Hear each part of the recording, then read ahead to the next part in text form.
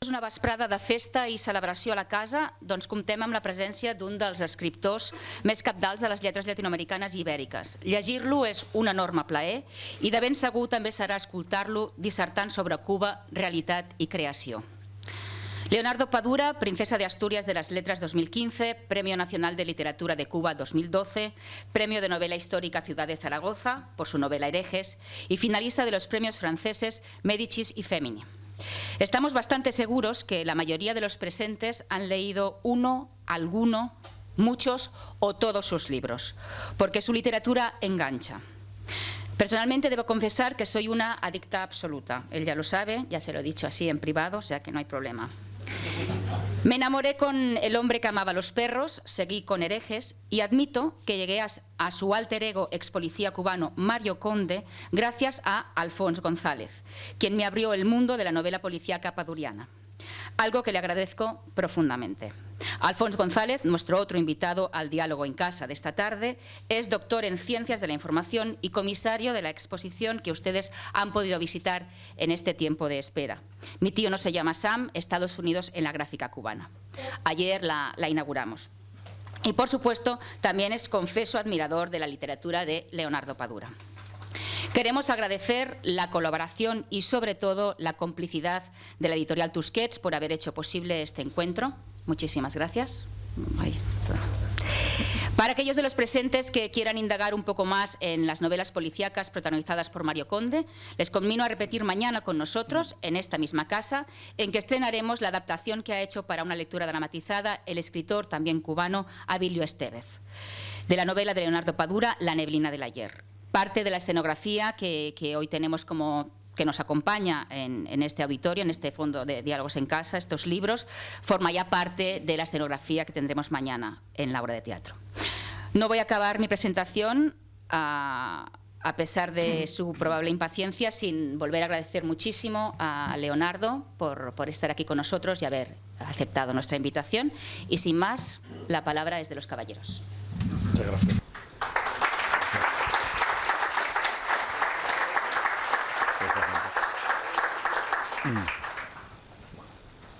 Quizá rompo yo el fuego, abro fuego. Bueno, es indudable que si hay tanta gente reunida aquí es por él, no por mí. Entonces yo creo que tengo que jugar con un poquito de ventaja y voy a intervenir primero. Para mí es un honor, es un privilegio estar compartiendo un espacio como este, en un evento como este que ayer tuvo su preámbulo con la inauguración de una exposición en la que he trabajado mucho tiempo y en la que me ha ayudado mucha gente. Y yo quería comenzar intentando relacionar, aunque es a veces complicado, el discurso que podemos ver en las paredes de esta exposición, que es un discurso monolítico, confiante en un futuro de triunfo y de conquista de metas insospechables, con la polifonía del discurso novelístico de la obra de Padura, en la que vemos pues voces de todos aquellos que quedan siempre ocultos o incluso negados por lo que sería el discurso oficial. Me gustaría que Leonardo abundase un poquito en esta dimensión, porque creo que una de las riquezas que tiene su novelística es esta polifonía de voces que están dentro de los múltiples actores o personajes secundarios que intervienen, pero que ya están incluso en el circuito más próximo al que sería Mario Conde. Estoy pensando desde el Flaco Carlos, estoy pensando en Miki Cara de Jeva, estoy pensando en el Candito el Rojo, que creo que representan esta polifonía de su obra y que se contrapone al discurso más monolítico de la propaganda. Bueno, muy buenas tardes, muchas gracias, Alfons, por esta ayuda que me estás dando. Siempre partir de una respuesta es mejor que partir de un monólogo. Muchas gracias a la Casa de América, muchas gracias por supuesto a mi editorial de todos estos años, Tusquets,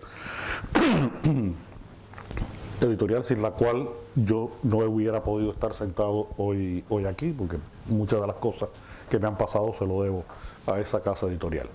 Ellos lo saben y yo siempre lo digo. Bueno, hay ocasiones en que me gusta trabajar la historia, incluso la gran historia. pero siempre desde la perspectiva que la acerque al territorio humano, porque para eso están los historiadores, para contar la historia de los grandes acontecimientos, y los novelistas creo que estamos para contar la vida de la gente que están viviendo la historia o han vivido la historia. Y es lo que he hecho en muchas de mis novelas. En El hombre que amaba a los perros, en Hereje, en la novela de mi vida, un personaje como José María Heredia, que está en el centro del origen del ser cubano, del sentimiento cubano, me sirvió para poderlo expresar esa certeza de que existía una identidad cubana, pero vista desde el interior de este personaje al que yo trato de humanizar, y por lo cual recibí algunas críticas bastante fuertes en Cuba, porque de pronto ponía a un personaje que es un gran poema, es un busto en algunas escuelas, es un texto en los manuales de literatura cubana, de pronto lo ponía yéndose de putas. Entonces, ese tipo de cosas no suelen ser muy bien recibidas por ciertos sectores que esquematizan un poco la realidad de las personas. Pero a mí el mundo que más me interesa realmente es ese mundo de Mario Conde. Ese mundo de Mario Conde en el que está presente. Mario Conde solo no existiría. Mario Conde existe porque es gregario y porque sus amigos, es un gregario solitario, es un poco raro en ese sentido, porque es un poco a veces un lobo solitario, pero es muy gregario, y esa reunión de personas que están alrededor de él, esos amigos que lo complementan y que lo completan, creo que hacen que haya esa posibilidad de múltiples miradas. A veces me han criticado de que trabajo pocos personajes femeninos y que la visión de mis novelas es excesivamente masculina. Y creo que tienen razón los que dicen eso, pero es por una incapacidad mía, y es mi incapacidad para entender a las mujeres. Empezando por mi propia mujer, que cuando tenemos una discusión y se encabrona conmigo, me dice, tú no me conoces. Entonces, si no conozco a mi mujer, con la que llevo viviendo casi 40 años, te podrás imaginar el resto. Entonces, me gusta esta visión.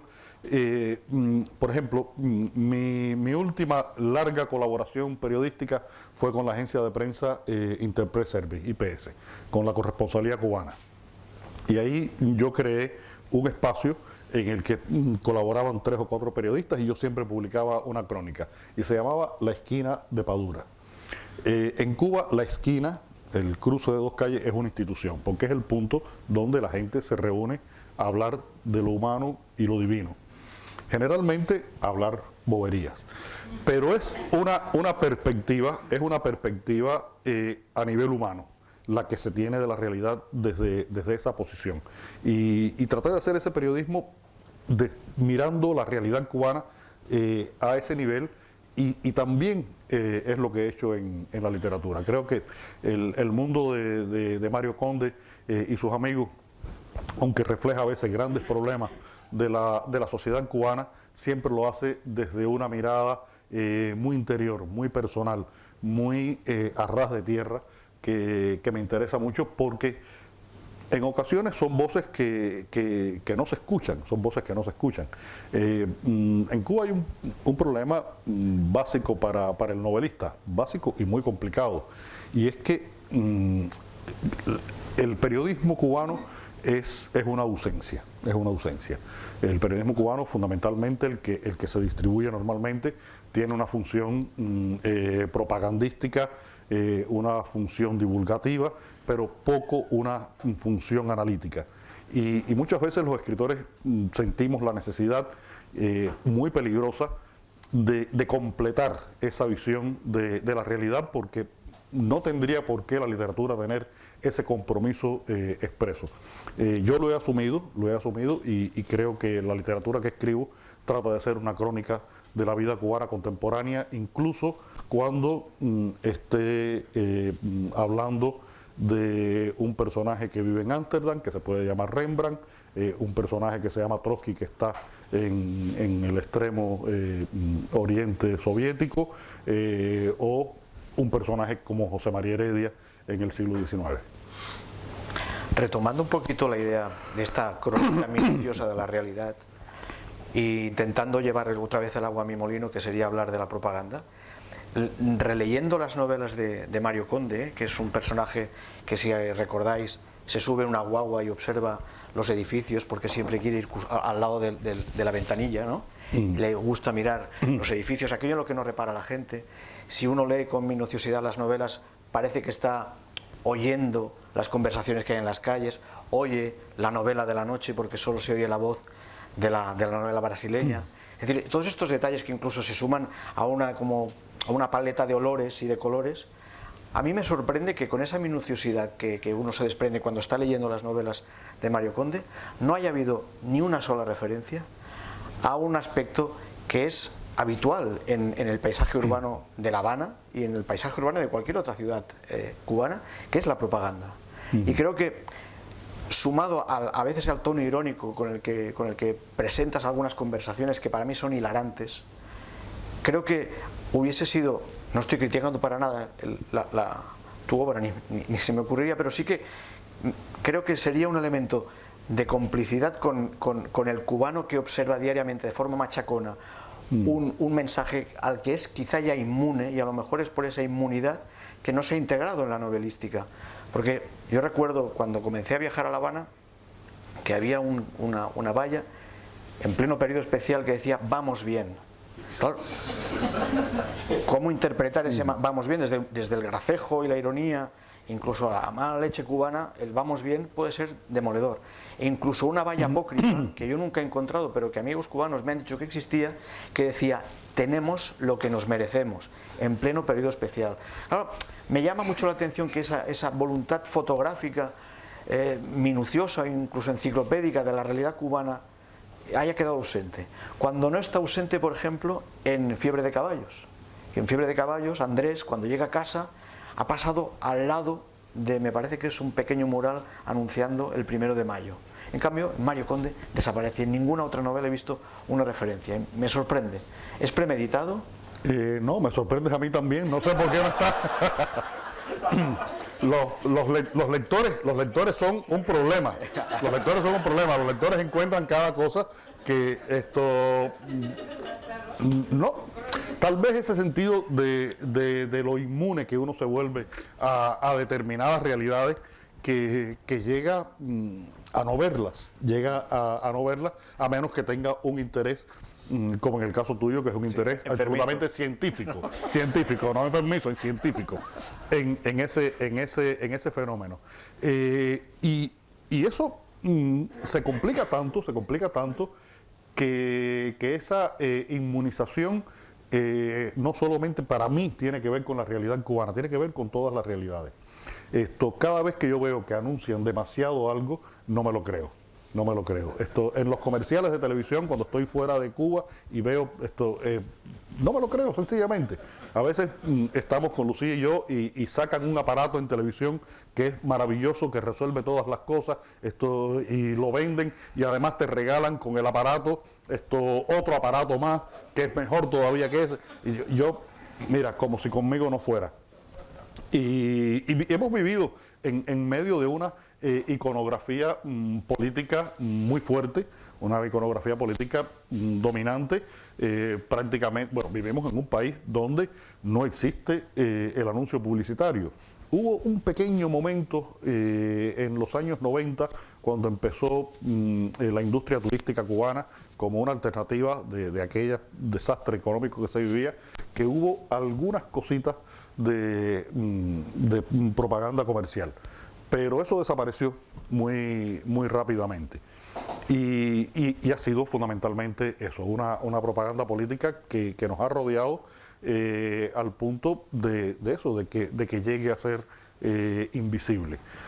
Hay un momento en Herejes, y esto tiene que ver con esa incapacidad de ver lo que se repite, que Mario Conde está en una esquina, siempre se para en una esquina de su barrio, y hace un recorrido con la mirada por lo que está viendo y por lo que ya no ve. Es decir, los lugares que desaparecieron o en qué se transformaron esos lugares. Y es un recorrido que yo hice personalmente, no tuve ni siquiera que pararme en la esquina, con recordar lo que veía, podía escribirlo. Y ve todo, pero nunca ve un cartel. Nunca ve un cartel, nunca ve nada que tenga que ver con esta propaganda política. Y ahora, eso incluso, yo creo que va a tener una visualización en la serie de Mario Conde que se ha filmado, que ya se debe estrenar este año.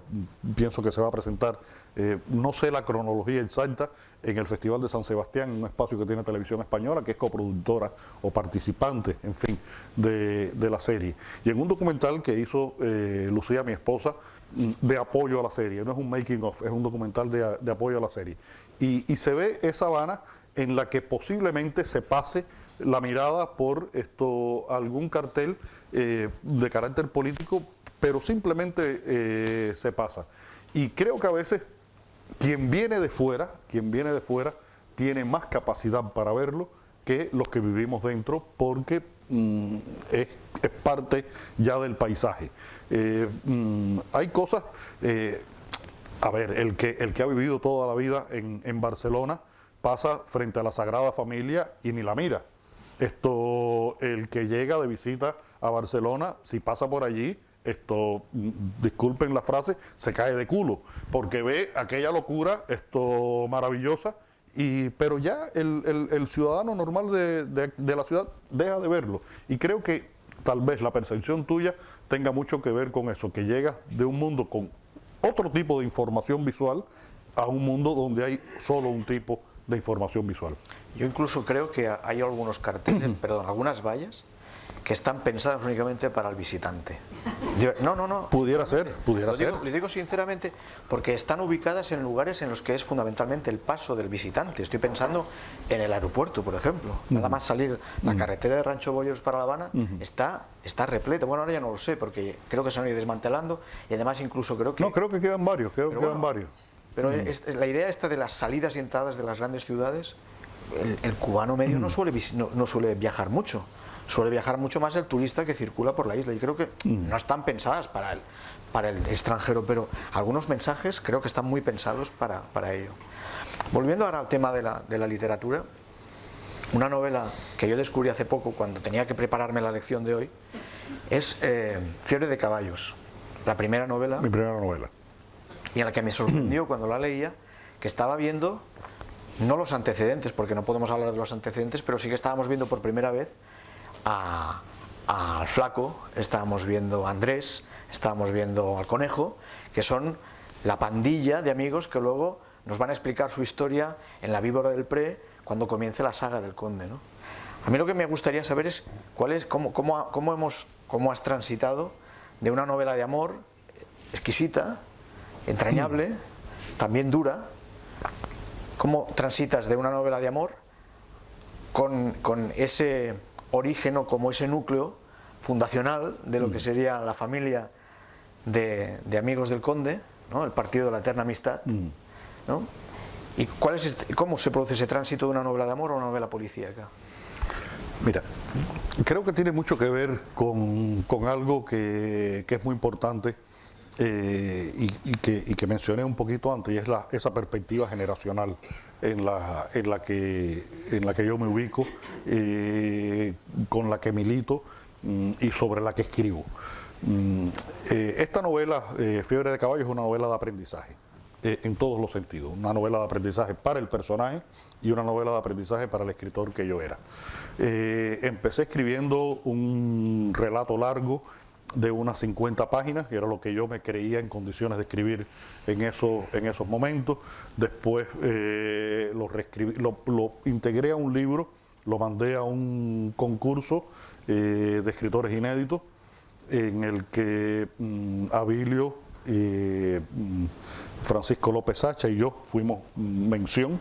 Y ganó un escritor del que nunca más se ha sabido nada.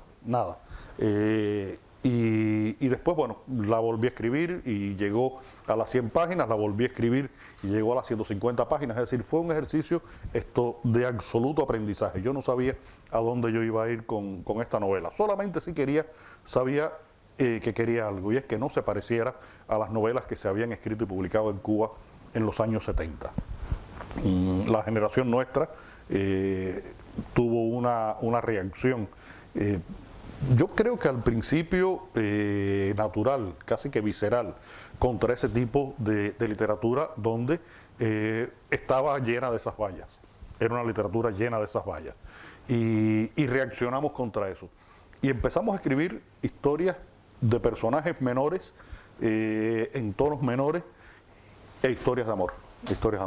Creo que uno de los libros que un poco es el resumen de esa posición generacional es una antología de 7 cuentistas cubanos que preparó un poeta cubano de nuestra generación que se llama Hacer el amor. Son 7 cuentos de amor. Y eso era todo un documento en esos momentos. Y por eso es una novela en la que no se habla de política, se habla de amor, del aprendizaje de este personaje, se habla mucho de béisbol, que es una de mis pasiones. Y cuando yo terminé esa novela, ocurrió algo que fue decisivo en mi vida. Yo trabajaba mientras escribía esa novela y casi tenía terminada alguna de estas versiones, no sé si la primera o la segunda, en una revista cultural que era la revista cultural más importante de Cuba en esos momentos. Tuve la suerte de trabajar allí desde el principio. Abilio me sucedió después también ahí. Yo no sé por qué Abilio y yo siempre andamos uno detrás del otro. No sé por qué razón. Y vamos siempre y nos llevamos muy mal, realmente. Y de esa revista a mí me sacan y me mandan a trabajar a un periódico por mis problemas ideológicos. Imagínate tú, en el año 83 ser sacado de una publicación en Cuba y ser enviado a otra por tener problemas ideológicos era algo muy, muy, muy grave. Al punto de que cuando yo salí de la reunión en la que me expulsaban de la revista, pasé por casa de Lucía y se lo conté, y Lucía empezó a llorar porque se acababa el mundo en aquellos momentos. Y me mandan a ese periódico, y de pronto en ese periódico, esta revista publicaba una vez al mes 30.000 ejemplares. Y de pronto yo estoy en el equipo especial que escribía para los domingos de ese periódico, que publicaba 500.000. Eso es una de las maneras en las que pueden castigarte en Cuba, hacerte que te lean más. Eso es increíble. Y esos 6 años que yo trabajé en el periódico, apenas escribí literatura. Creo que escribí un par de cuentos, 3, sí, como mucho. Algunos de ellos están en el libro que publicamos el año pasado. Aquello estaba deseando ocurrir. Pero fue un periodo de un aprendizaje muy importante para mí. Un aprendizaje de la historia no oficial cubana, porque hacía largos reportajes de investigación. Escribía sobre temas de los que todo el mundo sabía algo, pero nadie lo sabía todo. Entonces yo hacía la investigación y a veces rellenaba espacios con ficción. Conocí la historia oficial de Cuba, no oficial de Cuba. Escribí periodismo que no parecía periodismo. Ese libro, por cierto, está publicado, una selección de él, y no sé si estará allá afuera después.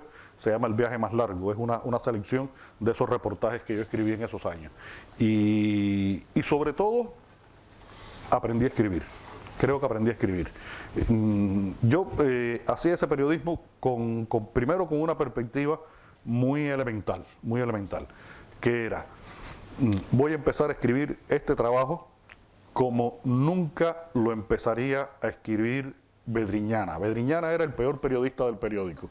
Y yo decía, ¿cómo lo empezaría a escribir Bedriñana? Y entonces yo decía, no, así es como no se empieza a escribir este trabajo. Y empezaba a tratar de buscar alternativas muy literarias para hacer ese tipo de periodismo. Se convirtió en una revolución dentro del periodismo cubano, y sobre todo se convirtió en una revolución para mí. Porque cuando yo termino esa etapa de trabajo, digo, no puedo seguir haciendo este periodismo. Yo quería escribir literatura, y empiezo a escribir Pasado Perfecto, soy otro escritor.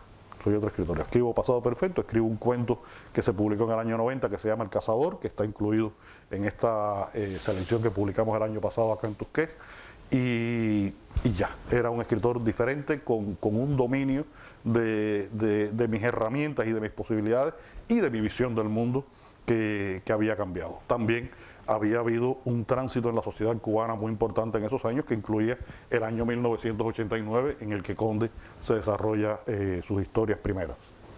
Ya que hablas del año 1989, yo quería comentarte también, has hecho mención de las historias ocultas o desconocidas, pero la historia real, la historia, los grandes hitos de la revolución están presentes en tu novela, en tus novelas, sobre todo para remarcar algunos cambios o algunos puntos de inflexión en algunos personajes. Pero ya que has mencionado 1989, me interesa mucho señalar si es una percepción mía, quizá es una de estas perversiones cuando uno lee. 1989 para el lector cubano puede significar lo que no significa para nosotros, porque no somos cubanos, pero en el año 89 para mí hay tres cosas importantes. Visita en abril Gorbachov, visita para decir vamos a cerrar el grifo, prepararos para el vendaval.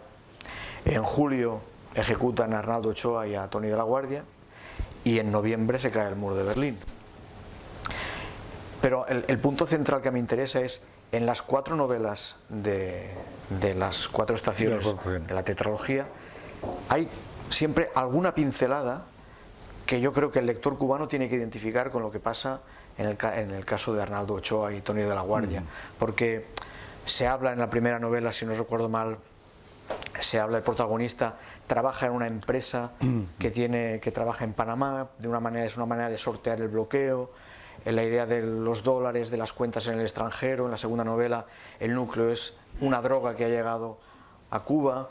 En el tercero estamos ya situados otra vez en la corrupción policial, en las altas esferas, y en la cuarta novela es una caza de brujas en el MININ, en el Ministerio del Interior, y que luego morirá en prisión Abrantes, ¿no? ¿Es premeditada esa referencia a lo que ocurre, al vendaval histórico? Porque es un punto de inflexión para la realidad cubana. Yo creo que se cae un mito de lo que sería la incorruptibilidad del sistema, ¿no? Sí y no, fue intencional y fue obligatorio. ¿En qué sentido? Yo empiezo a escribir Pasado Perfecto en 1990 y mi pasado inmediato es el año 89. Yo ubico la historia en el año 89 y estaba en el ambiente todo esto de empresas cubanas que para burlar el bloqueo abrían cuentas o hacían negocios fuera de Cuba de manera un poco irregular. Todo eso estaba en la atmósfera. Ya había ocurrido el juicio a Ochoa, al grupo de la causa número 1, que eran varios. Y eso estaba en ese pasado del cual yo estaba escribiendo. Pero yo no quería referirme directamente a esos acontecimientos. No quería referirme directamente a esos acontecimientos, pero estaban se sienten en la atmósfera de la novela, como tú bien dices. Yo escribo Pasado Perfecto, la mando a un concurso en Cuba, el único que tenía papel como para garantizar la publicación del libro. Los jurados deciden que es la mejor novela, los organizadores deciden que no puede ganar el premio, eso después los jurados me lo dicen, y logro publicar la novela en México en una pequeñísima editorial de la Universidad de Guadalajara. Traigo en el año 91 20, 30 ejemplares, se lo doy a algunos amigos, y las lecturas de la gente eran diversas. A algunos les gustaba más, a algunos les gustaba menos, pero todo el mundo me dijo algo que me pareció muy importante, y es que les gustaba el personaje de Mario Conde. El personaje de Mario Conde era ya un cambio en la novela policial cubana. La novela policial que se escribía en Cuba eran siempre personajes absolutamente monolíticos, eran personajes de vallas propagandísticas, representaban de alguna manera el reglamento policial más que la humanidad de un policía, y Conde rompía con todos esos esquemas. Conde era el desastre que siempre ha sido. Y a los lectores les gustó, a los amigos que leyeron la novela les gustó, y en un momento pensé, digo, bueno, voy a escribir una segunda novela, pero si voy a escribir una segunda, voy a escribir 4. lo cual fue un disparate porque yo no sabía si podía escribir las 4, pero decidí escribir una para cada estación del año 1989. Y ahí es que tomo la decisión de mantenerme en el año 89. Yo escribo Vientos de Cuaresma, empiezo a escribirla en el año 92. Y estaba los acontecimientos históricos del año 89 y la realidad concreta del año 92. En el año 92, si Mario Conde tenía ganas de fumar, no había cigarros. Si tenía ganas de tomar ron, no había ron. Si necesitaba coger un autobús, una guagua, como decimos nosotros, no había guagua. Si necesitaba llamar por teléfono para que Manolo viniera, Manolo no tenía gasolina en el carro de la policía, ni había teléfono para que Mario Conde lo llamara. Entonces, en esa realidad, poner una novela en la que los personajes tengan una cierta movilidad, una cierta lógica, y Mario Conde pudiera fumar y tomar, dije, bueno, la voy a dejar en el año 89. Y ahí, donde había una cierta normalidad todavía en el país, Gorbachev había cerrado el grifo, pero todavía goteaba. Y la dejo en el año 89 y empiezo entonces a incluir elementos propios de ese año 89 sin decir lo que ha ocurrido en la historia. Toda esta misma cacería de brujas que ocurre dentro de la policía, la investigación, estos investigadores que llegan y que al final terminan sacando del cuerpo al jefe de Mario Conde, con el que él tiene una relación muy entrañable. Todo eso había ocurrido en la realidad del año 89. Lo que ocurre es que yo lo que no pude evitar fue que el pensamiento de Mario Conde evolucionara. Yo empiezo Pasado Perfecto en el 90 y termino en el 97, Paisaje de Otoño. En esos 7 años mi manera de ver el mundo cambió muchísimo, y también la de Conde. Es decir, que hay como un año que se mantiene, pero a la vez hay una evolución en el pensamiento de los personajes, en la forma de reflejar la realidad, de enfrentar la realidad, que tiene que ver con los acontecimientos de esos años que fueron terribles para la vida cotidiana de todos los cubanos. El 99,99% de los cubanos la pasamos terrible. De alguna forma sobrevivimos, ni sé cómo. Tú me decías hoy, ahora cuando veníamos para acá, cada vez que voy a Cuba tengo la sensación de que entiendo menos, y te digo, yo también. Porque sí, es muy difícil entender una sociedad como la cubana que funcione que funcione y que haya funcionado en esos años y hayamos sobrevivido. Y una cosa muy importante para mí fue dedicarme a escribir esos libros en ese momento. Era una época de absoluta desesperación en la que no sabíamos qué iba a ocurrir. Se hablaba de una posible opción cero. La opción cero era que se cerraban las ciudades y la población se trasladaba al campo a vivir una especie de comunidad primitiva con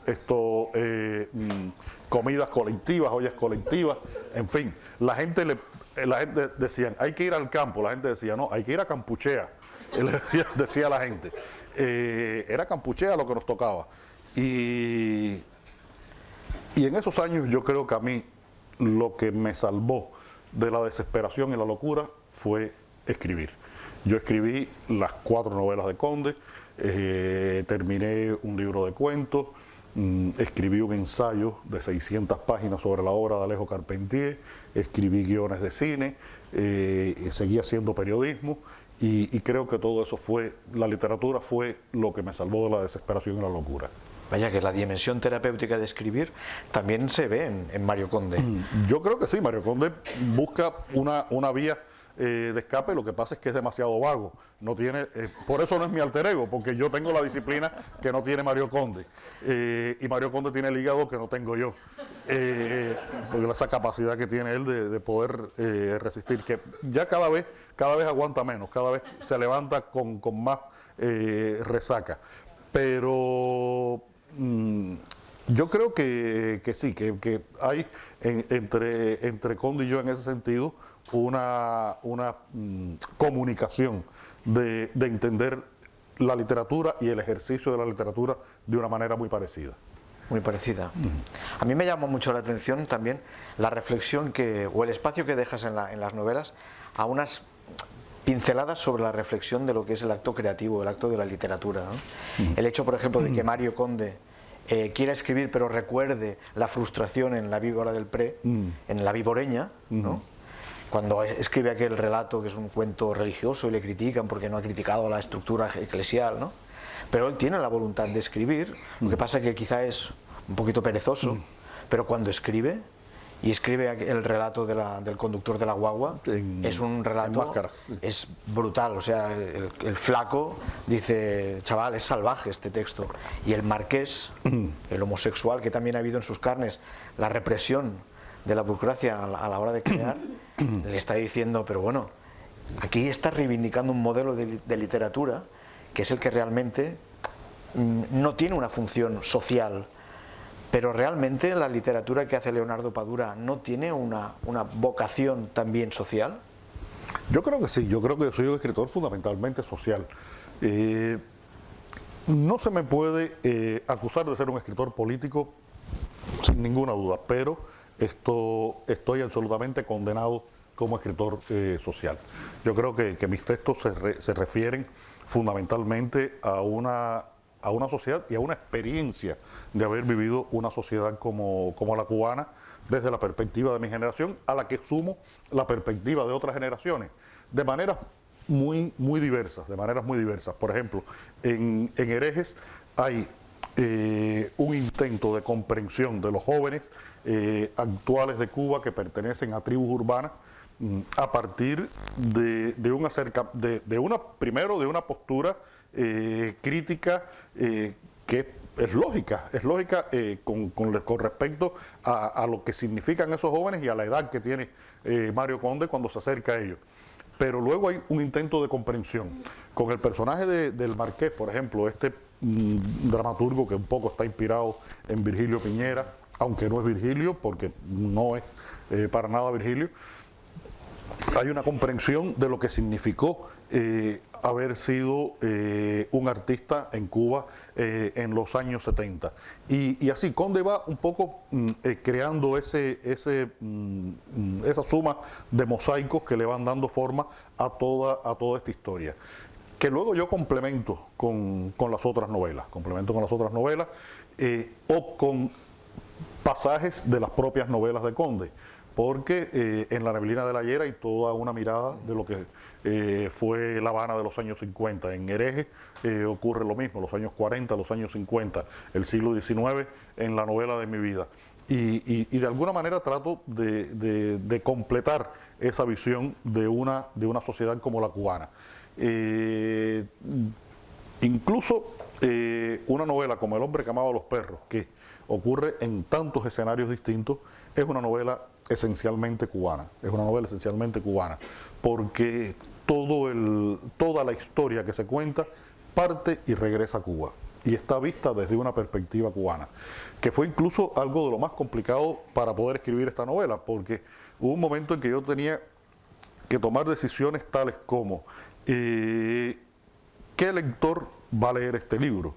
Porque un lector fuera de Cuba había tenido la posibilidad de tener acceso a esa información. Si la tenía o no, era otra historia, pero había tenido la posibilidad. Pero el lector cubano nunca había tenido acceso a esa información. Entonces, eso me ponía en una situación muy difícil y recuerdo que con Beatriz y con Juan, sentados en la mesa ya de César Cantú, tuvimos muchísimas discusiones de cómo tratar de resolver este conflicto, que es un conflicto creativo muy complejo. Y bueno, creo que llegamos ahí a encontrar un equilibrio posible. Pero siempre está esa perspectiva social y la vocación de cronista. Yo creo que también el ejercicio del periodismo me marcó como una persona que necesita hacer la crónica de un tiempo, hablar de un tiempo, dar su idea y su imagen de un tiempo determinado. ¿Y las dificultades a las que tuviste que enfrentarte por el hecho de investigar sobre el caso de Ramón Mercader y Trotsky? ¿Cómo pudiste superar las dificultades para acceder a esa información por los contactos? Fue complicadísimo, fue complicadísimo. Yo cada vez que venía a España cargaba con 2 maletas de libros. En Cuba el acceso a internet es poquísimo, limitado y lento. Le escribí a amigos para que me buscaran información en internet y me la enviaran. Yo hace muchos años que no viajo a México porque la altura me afecta mucho.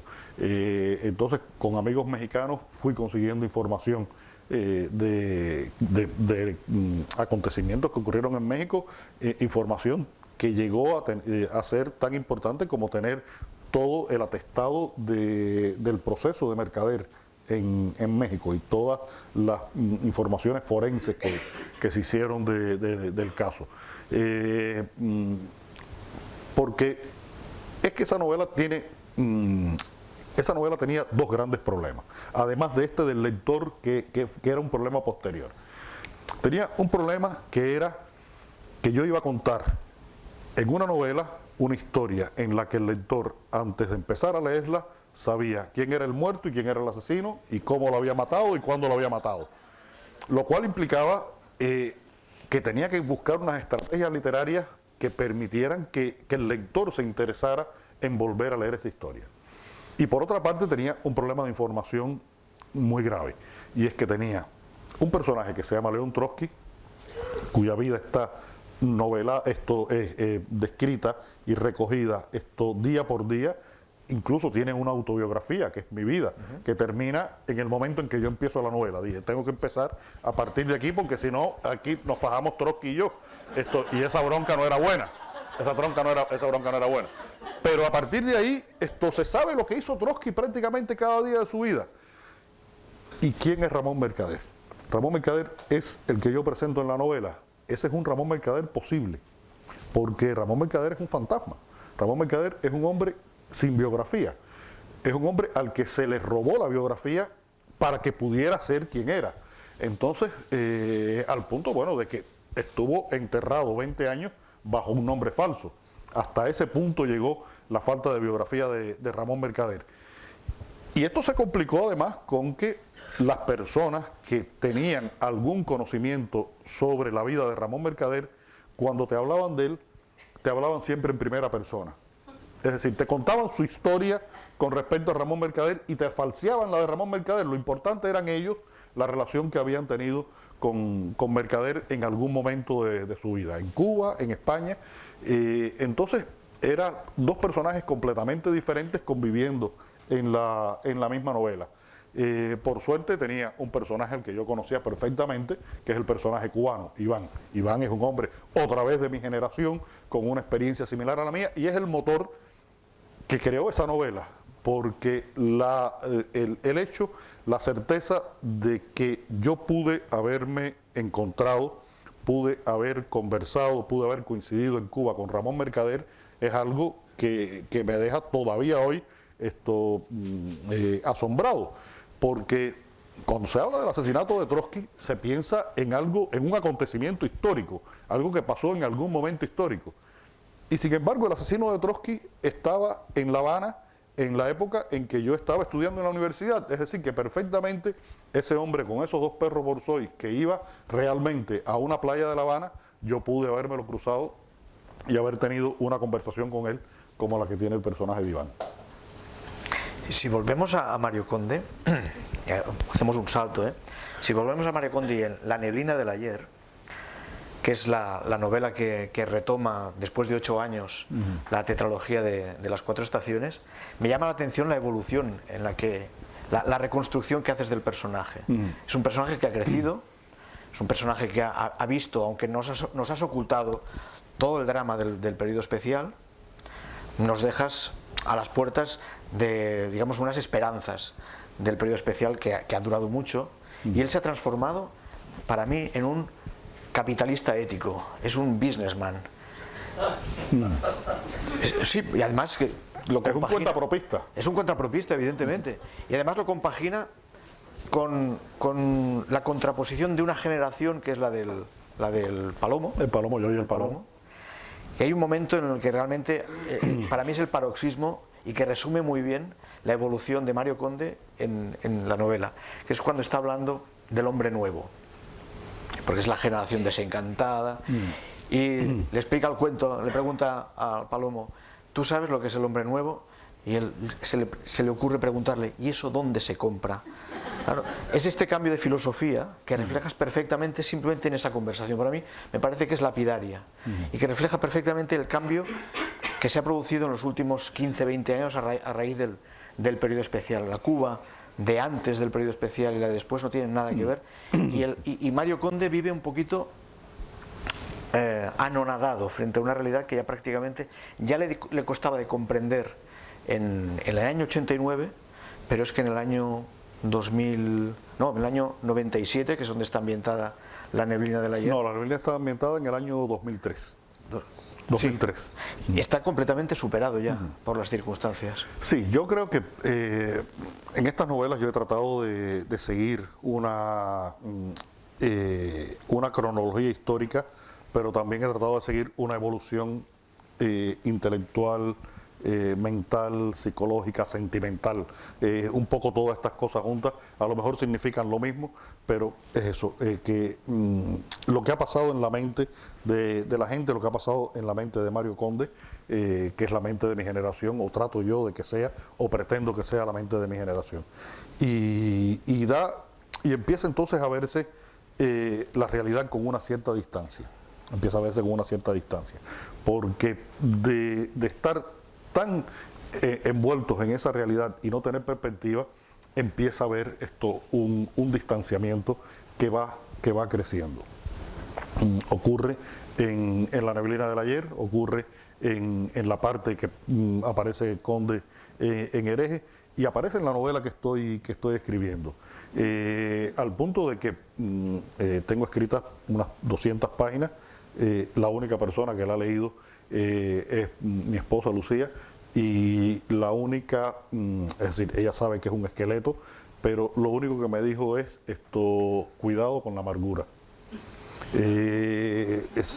Hay tal vez un exceso de amargura en esa visión de Conde, de una historia que además voy a terminar el 17 de diciembre de 2014, el día que se anuncia que comienzan las conversaciones entre Cuba y los Estados Unidos para restablecer relaciones, porque creo que a partir de ahí empieza una historia que puede ser, o ya es diferente porque no es igual lo que ha ocurrido a partir de ese momento que lo que ocurrió hasta esa mañana, en que no teníamos idea lo que iba a decirse oficialmente a las 12 del día, de que Cuba y Estados Unidos conversaban para restablecer relaciones. Y en esa evolución del personaje está también la posibilidad de mirar la sociedad desde otra perspectiva. Por eso te decía esa distancia. En el mundo de los emos de la calle, de la avenida G, de la avenida de los Presidentes, esos jóvenes que pertenecen a estas tribus urbanas, es que Conde no los entiende, y al no entender, él trata de comprenderlos, nunca va a entenderlos. Él trata de comprenderlo. Y ahora estoy metido en una historia en la que de pronto Conde ve un mundo en el que hay gentes que comienzan a ser ricos en Cuba y gentes que son más pobres que nunca en Cuba. Y está esa distancia entre esos dos mundos, en el cual él es un sobreviviente, porque Conde, yo todavía, es decir, yo evito intencionalmente explicar de qué vive Conde. Porque no lo sé. Porque me pasa lo mismo que a ti, es que en Cuba hay mucha gente que uno dice, bueno, ¿y de qué vive este? Sí, es muy difícil de poder explicar que la gente viva. Entonces, yo en el caso de Conde no me lo explico, yo lo dejo ahí que él se las arregle como pueda. Y en La neblina del ayer hay un momento que creo que es muy importante, es que Conde está en el centro de La Habana, en un punto del Vedado, desde el cual es una experiencia personal. Yo miré, en vez del barrio como ocurre en Hereje, es el centro de la ciudad. Y mira la ciudad y se siente extranjero en su ciudad. Eso no había ocurrido en las 4 novelas anteriores. Empieza a ocurrir a partir de La neblina del ayer, que Conde empieza a ver con una distancia la realidad, su experiencia, su propia vida y la historia incluso. Misterios de cómo resuelve Conde, pero misterios de cómo resuelve Josefina. No, ese misterio yo creo que quedó aclarado al final de Paisaje de Otoño, cuando Conde le dice, bueno, cuéntame de una cabrona vez de dónde tú sacas toda esta comida. Y ella le dice, de la imaginación, mijito, de la imaginación. Porque ¿de dónde la va a sacar? Y yo creo que ese es la literatura. A mí, y lo conversé 2 o 3 veces con Manolo Vázquez Montalbán, y yo le decía, mira Manolo, una vez que yo estuve aquí en Barcelona por un tema de cine, yo estaba escribiendo el guión para un documental sobre la emigración catalana a Cuba, que es una historia muy interesante, esa de la emigración catalana a Cuba. Y pasé por algo, porque llevaba un recado de alguien, por la oficina de Carmen Balcells. Y Karina me dijo, ¿quieres llevarte algunos libros? Y yo dije, todos los que pueda. Y me llevé todos los libros que pude, porque yo no los podía comprar además. Y uno de esos libros era el recetario de Carballo, las recetas de Carballo. Cuando yo regreso a Cuba, estamos hablando del año 91, 92, regreso a Cuba, le doy a Lucía el libro de las recetas de Carballo. Digo, Lucía, mira a ver si puedes hacer alguno de estos platos. Lucía, que le gusta el arte culinario, se lee el libro disciplinadamente y le pregunto, ¿qué? Dice, leche frita. Era lo único que se podía hacer de todo aquel libro con 300 recetas. Entonces yo asumo la comida y el personaje de Josefina como un juego con esta posibilidad de Carballo de poder hacer comidas reales, porque las comidas que hace Carballo son reales, con comidas absolutamente fabulosas. Yo lo que hacía era que me buscaba, y lo sigo haciendo, me busco recetarios de comida cubana, busco las recetas más complicadas y las complico más todavía, le pongo más ingredientes, más cosas imposibles totalmente de conseguir. En Cuba esto se vio por última vez una alcaparra, creo que el 4 o el 5 de enero del 59, más nunca se ha vuelto a ver una alcaparra, y cosas así, y muchas otras cosas. Entonces, hay de pronto un plato que es el picadillo a la habanera, que lleva aceitunas y alcaparra, y Conde y Josefina lo comen, y Josefina lo prepara en una de las novelas. ¿De dónde coño sacó las alcaparras? Imagínate tú, de la imaginación, no la podía sacar de ninguna parte. Y todo eso tiene que ver también con un chiste cubano, de una señora mayor que llega a, ustedes dicen charcutería, una carnicería, donde se vende la carne, ¿no? Y la carnicería no hay absolutamente nada, ¿no? Y le dice la señora al carnicero, por favor, dame 3/4 de libra de filete. Dice, no hay, señora. Y había otra persona allí. No hay, señora. Dice, bueno, si no hay filete, por favor, dame un pedazo de lomo. No hay, señora. Bueno, entonces, y ternilla. No hay, señora. Y la vieja dice, bueno, no hay nada, y se va. Y le dice el otro que está ahí, chico, como jode la vieja ese. Dice, no, lo peor es la memoria que tiene. Que todavía se acuerda de que existen esas cosas.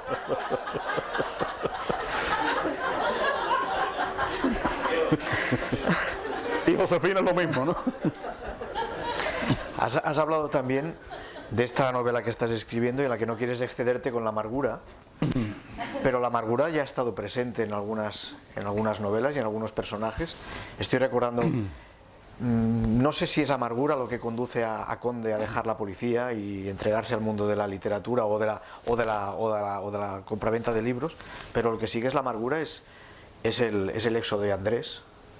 Andrés se va porque no puede soportarlo. Yo creo que quería comentarte, él se va y estás hablando del exilio, estás hablando del abandono. Me parece que es Candito el Rojo que abandona, refugiándose en las creencias religiosas de una forma peculiar. Y estás hablando en definitiva de un exilio. Un exilio, a lo mejor es un exilio interior en el caso de Candito. Hay exilios e incilios. Exacto. Pero a mí lo que me sorprende mucho es que haya una novela en la que has hablado del exilio como aquel que retorna también. En el caso de Regreso a Ítaca, en el caso de Amadeo, y además, y vuelvo al tema de la creación literaria, pides que vuelva porque él quiere escribir de aquello que conoce. Y vive engañado porque a lo que conoce no es a donde vuelve, porque me parece que ha estado fuera 10 o 12 años, ¿no? Bueno, ¿cómo interpretar la idea del exilio? El tema del exilio es central en la historia cubana, en la historia de la cultura, de la creación. Y la novela de mi vida es eso, es una novela sobre el drama del exilio. Yo creo que todos los cubanos, de una forma o de otra, hemos vivido el exilio. Porque lo hemos vivido físicamente o porque lo hemos vivido de manera muy cercana. Yo tengo una gran cantidad de mi familia fuera de Cuba. Mi hermano menor vive fuera de Cuba. El padre de Lucía salió de Cuba y ella nunca lo volvió a ver, murió fuera de Cuba. Yo creo que es una historia que nos toca a todos, que es absolutamente común. Por lo tanto, tiene que estar presente en los relatos que trabajo porque no se puede contar Cuba sin el exilio. Pero a la vez creo que es un elemento complicado en el territorio mismo de la creación. En estos días yo crucé algunos mails con Abilio a partir de la lectura de su última novela, Archipiélagos, y Abilio me decía, dígole, bueno, pero sigues en Cuba, estás en el año, la novela se desarrolla en la revolución del año 33. Digo, sigues en Cuba, dice Abilio, sí, pero estoy en una Cuba de la que me voy alejando cada vez más, porque ahora me voy al año 98. Y yo estoy yendo hacia adelante, metiéndome más en la Cuba contemporánea, en la que hay de todo. Está el elemento del exilio, pero está todo presente. Y es que esa posición de Abilio, lo hemos conversado él y yo personalmente, tiene mucho que ver con su circunstancia de vivir fuera de Cuba. Abilio ahora mismo sería incapaz de poder escribir esta novela que yo estoy escribiendo. Primero porque yo escribo mejor que él. Y segundo porque estoy escribiendo de una realidad que él no conoce ya, con 10, 15 años de vivir fuera de Cuba.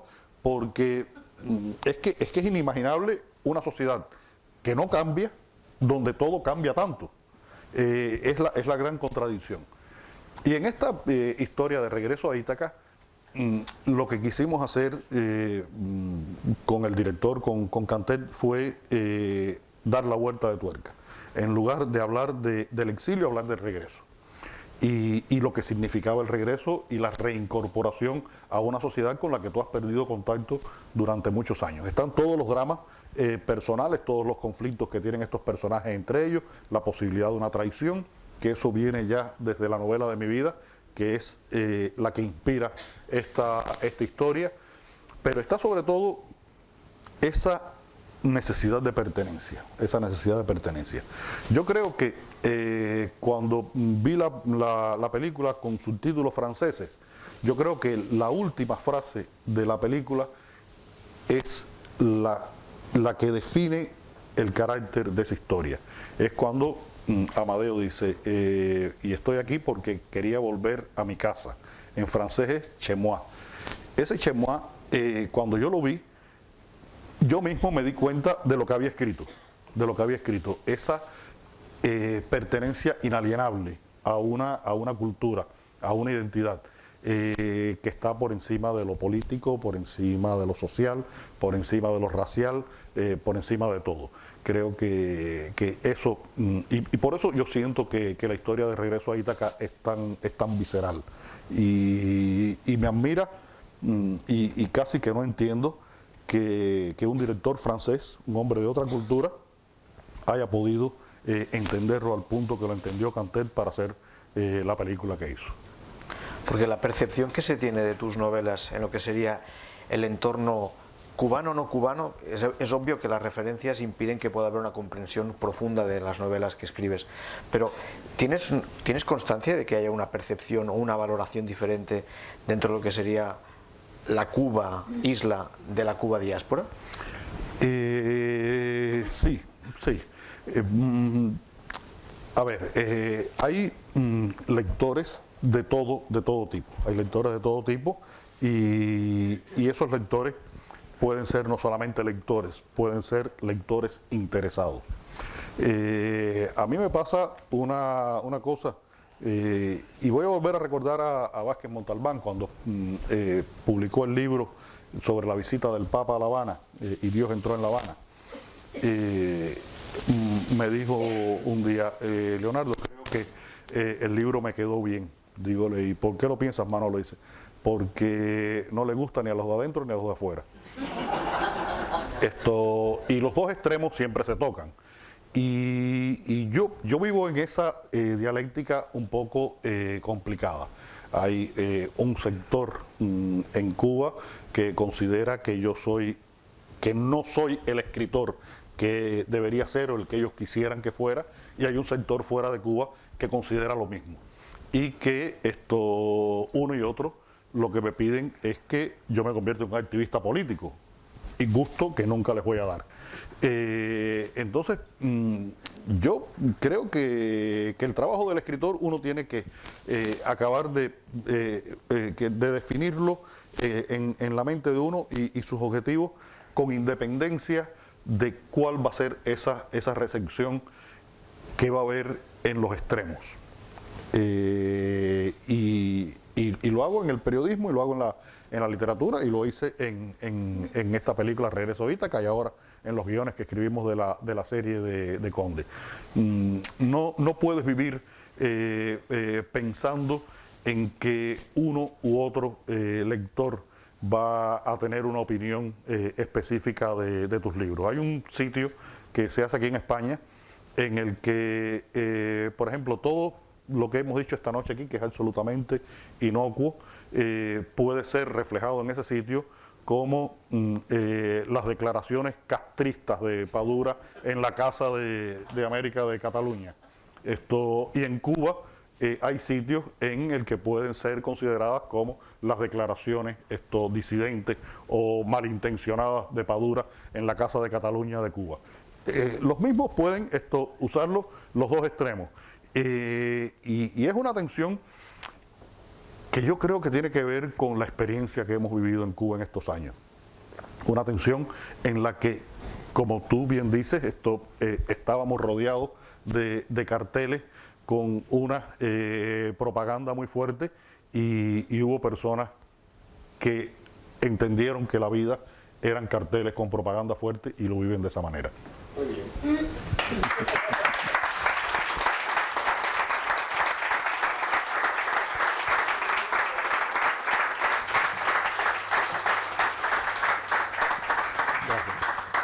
Moltes gràcies, Alfons, moltes gracias, Leonardo. Creo que ha sido un diálogo fantástico, un diálogo que se ha alargado más del tiempo. Los que sois habituales de los diálogos en casa sabéis que tenemos a veces tiempo para abrir el micro, pero hoy hemos pensado que era mucho mejor dejarlos a ellos hablar más y no abrir micro. Pero antes de que podamos salir, y quien quiera comprar libros de Leonardo Padura los tiene aquí, también tiene el catálogo de esta exposición del comisario, que el comisario es Alfons, y creo que Leonardo va a firmar también los libros. Tenemos una pequeña gran sorpresa que llevamos tramando desde hace muchos meses. Entre nosotros en esta sala estoy segura que hay lectoras, lectores, escritores, escritoras, editores, pero sobre todo hay una editora a la que desde hace tiempo queríamos rendir un merecidísimo homenaje desde Casa América Cataluña. Probablemente ella es el mejor símbolo de las redes culturales y editoriales transatlánticas, ejemplo de la ruptura de la autarquía cultural peninsular en las décadas de los 60 y 70. Una mujer poderosísima en el sentido neto de la palabra, con una pasión real y contaminante por la lectura. Aunque ya no está al frente de Tusquets, es parte indisoluble de la editorial y continúa en la brecha apoyando la creación desde sus inicios. Constante, una mujer poderosa, una poderosa mujer que todavía está sonriendo pensando sí, a la que lectoras como nosotros debemos tan buenos libros. Estamos hablando, por supuesto, de Beatriz de Moura, a quien le pedimos por favor que pueda acompañarnos aquí arriba, juntamente con el director de Casa América Cataluña.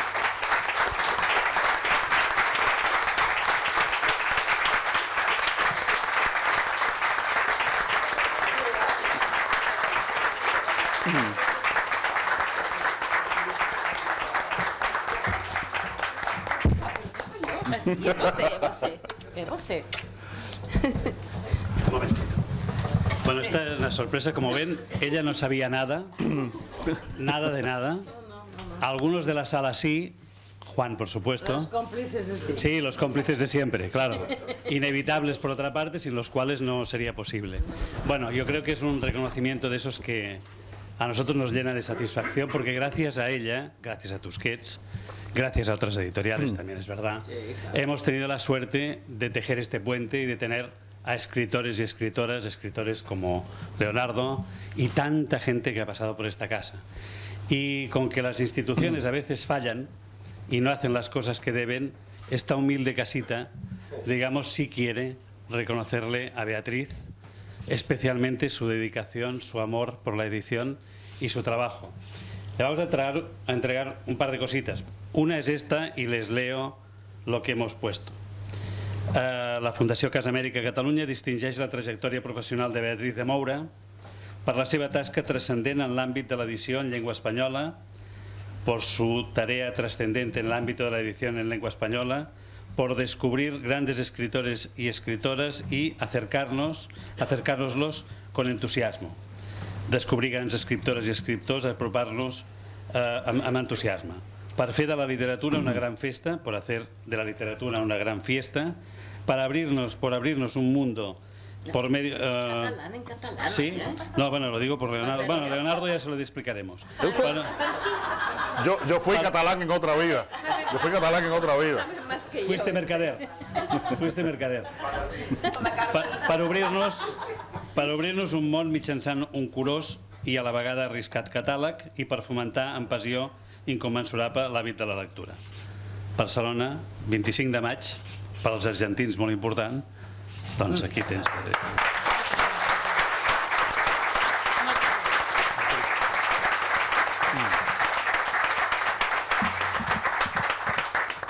Bueno, la verdad es que es verdad. Bueno, si estaba aquí sentada, yo digo, bueno, ese personaje se parece a mí.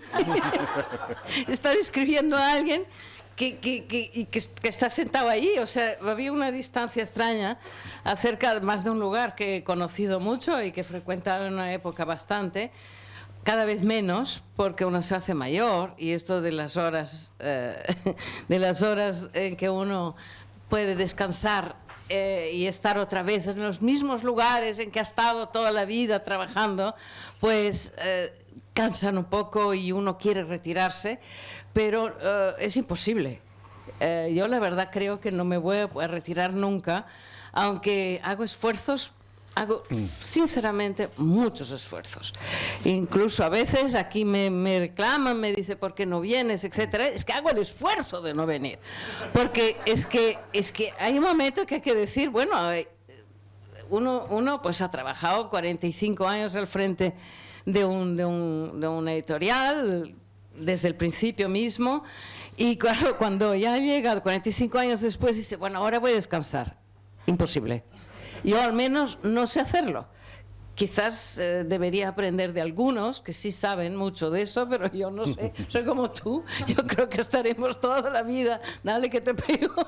Y además encantada siempre que además te puedes encontrar con unos amigos que reconocen tu tarea, que la aprecian, que me dan una cosa así de estas que uno coloca orgullosamente en una estantería.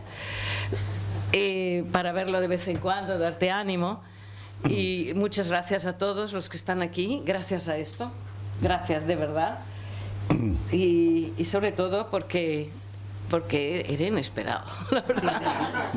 Me ha hecho con el corazón, pero todavía tenemos un par de cositas más. Ah, ¿qué más? Ahora nos hemos de sentar porque bueno. me parece que... Pero esto me lo llevo. Sí, no, por supuesto.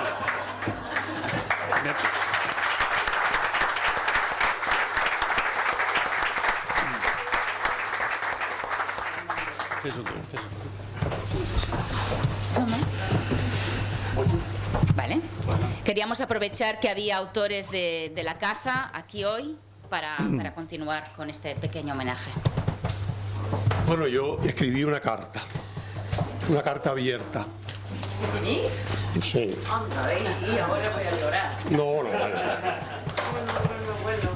Tú no eres muy de llorar. Sí, voy a llorar. Querida Beatriz, como sé que te ruborizan las manifestaciones públicas de afecto, y a mí un poco también, me escudo en la escritura, que es el único modo de salir con felicidad de cualquier situación difícil, aunque incluso mejor sería decir que es el único modo de salir con felicidad de cualquier situación. Hay dos cosas que quiero que sepas y quiero también que los demás sepan. Hace más de 40 años me iba todas las tardes a la Biblioteca Nacional en busca de libros que de otro modo no tenía la oportunidad de leer.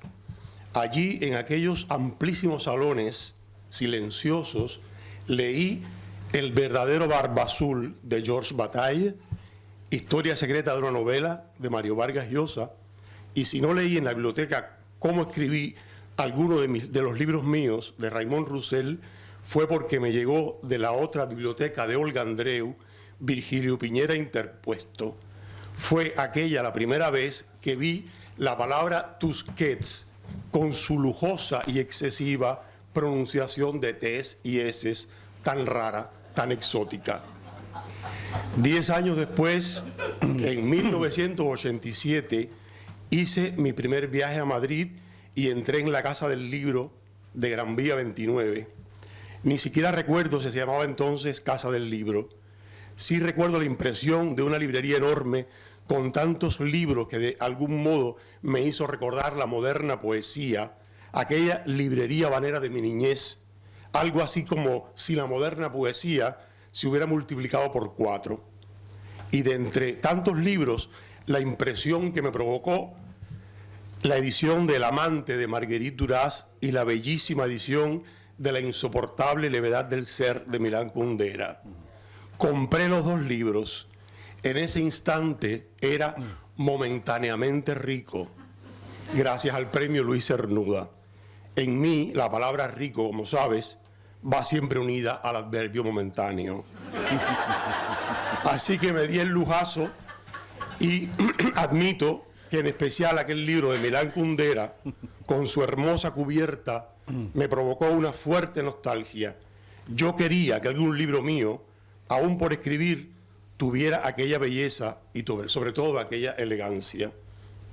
Ahora, Beatriz, me perdonarás porque regreso a mis 20 años. Ya sabes que voy a salto de matas, que me cuesta narrar una historia con cronología metódica. Hace exactamente 40 años,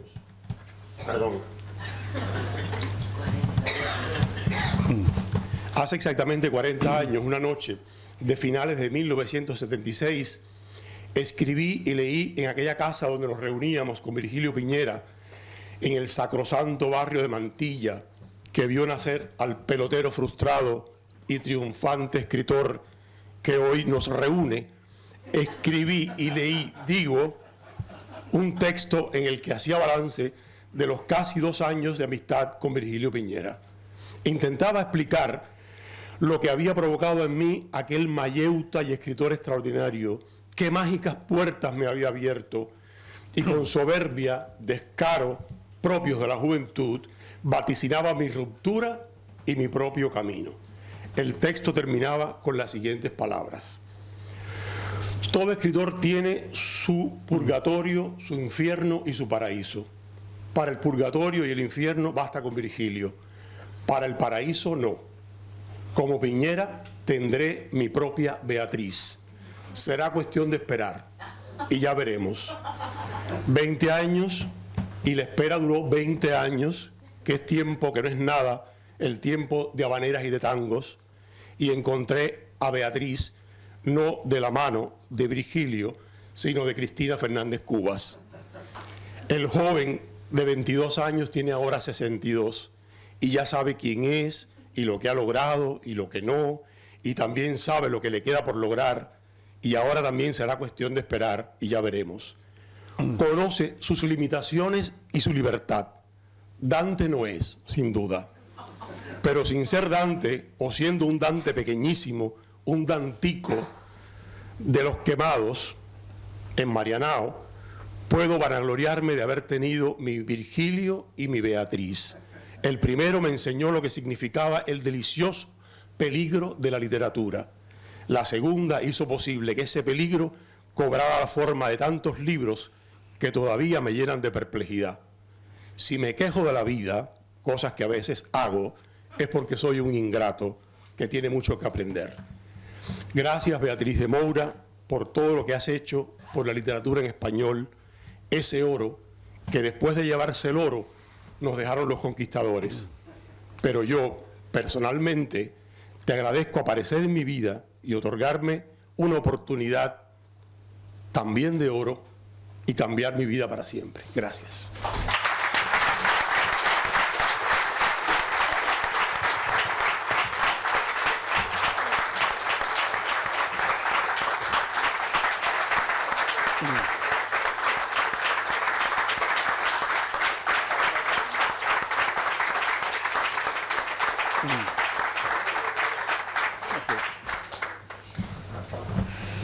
Bueno, ahora tú, ¿no? No, es que creo que después de lo que ha hecho Abilio, ya no hay más nada que hacer. Esto todo será un anticlímax después de esto. Nada, Beatriz, muchas gracias. Yo, entre los papeles que guardo en mi casa, guardo una copia de la impresión de la novela de mi vida que yo le envié a Beatriz para preparar la edición del libro. Yo siempre le envío a Tusqués una versión semifinal que discutimos y a partir de ahí. Y es uno de los ejercicios de edición más increíbles que yo he visto, es decir, el más increíble que yo he visto. Beatriz imprimió todo el libro, 300, 400 páginas, y se leyó las primeras 40. Y me hizo señalamientos en esas primeras 40 y me dijo, todos los problemas del libro están en estas 40 páginas, de ahí para allá se repiten. Y tenía absoluta razón, me obligó a reescribir la novela, por supuesto, cosa que le agradezco infinitamente. Y cuando los anunció, creo que todos los autores de Tusqués pensamos lo mismo, los escritores en lengua española. Cuando nos anunció que se retiraba, dijimos, bueno, eso te crees tú, pero tienes que seguir leyéndonos porque si tú no nos lees, no es verdad. Gracias, Beatriz.